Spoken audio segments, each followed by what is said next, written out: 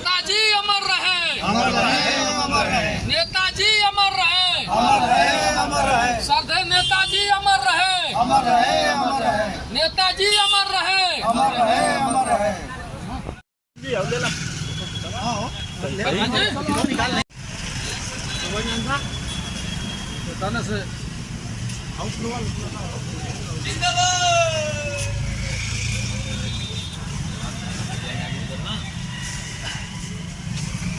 माला चढ़ा लो।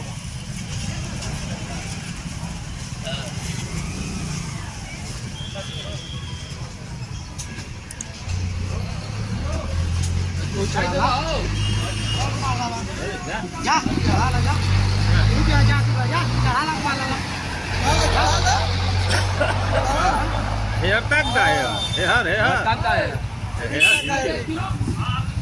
ठीक। कैसा कार्यक्रम था नेताजी? आज श्रद्धेय मुलायम सिंह यादव का आज 50वीं जयंती जो है पूरे प्रदेश देश में जितने भी समाजवादी लोग हैं वह सब श्रद्धापूर्वक मना रहे हैं, क्योंकि नेताजी ने जिस तरह से एक रक्षा मंत्री रहते हुए एक बड़े पद पर थे और इसके बावजूद भी जो सेना के जवान थे जो सबसे पहले ऊंची चोटी पर गए थे और वहां जाने के बाद चूँकि सेना के जवानों का इतना मार्शल लॉ का भय रहता है कि अगर कोई व्यक्ति अपनी बात कहना चाहे तो वह डरता है कि कहीं बाद में अधिकारी हमको मार्शल लगा करके निकाल देंगे, तो कोई डर करके अपनी बात नहीं करता है। लेकिन नेताजी अधिकारियों के बीच में जरूर रहे, लेकिन उनकी निगाह सैनिकों की तरफ थी और जब खाने का समय हुआ तो अधिकारी कहे नेताजी चलिए खाने का समय हुआ है, तो उन्होंने कहा नहीं आज तो मुझे सैनिकों के साथ खाना है। और जब सैनिकों के साथ गए खाना खाने तो उन्होंने देखा कि हमारे सैनिक जो इतनी बड़ी चोटी पर देश की रक्षा करते हैं, जिससे सभी लोग अमन चैन से रहते हैं, वह कितना खाना उनको एक तरह से पौष्टिक आहार उनको नहीं दिया जा रहा है। तब अधिकारियों को उन्होंने बुलाया और कहा कि नेताजी कि ये बताओ तुम कि देश के पास किसी चीज़ की कमी नहीं है और हमारे जवान जो देश की सीमाओं की रक्षा करते हैं उनको इस पौष्टिक आहार नहीं मिल रहा है। उनको खाने के लिए तत्काल उन्होंने कहा कि पौष्टिक आहार की व्यवस्था की जाए और इसके बाद अब इस शिकायत नहीं आनी चाहिए कि हमारे जवान को पौष्टिक आहार नहीं मिलता है। दूसरा, उन्होंने खाते वक्त जवानों से पूछा कि रक्षा मंत्री तुम्हारे सामने खड़ा है, आज जो मांगना चाहो मांग लो, हम तुमको देने के लिए तैयार हैं। एक नौजवान ने रोते हुए कहा कि जब अधिकारी मरते हैं तो उनकी लाश अंतिम दर्शन के लिए उनके परिवार के पास जाती है, लेकिन जब हम लोग मरते हैं तो हम लोगों की लाश यहीं जला दी जाती है और उनको कोई पूछने वाला नहीं होता है।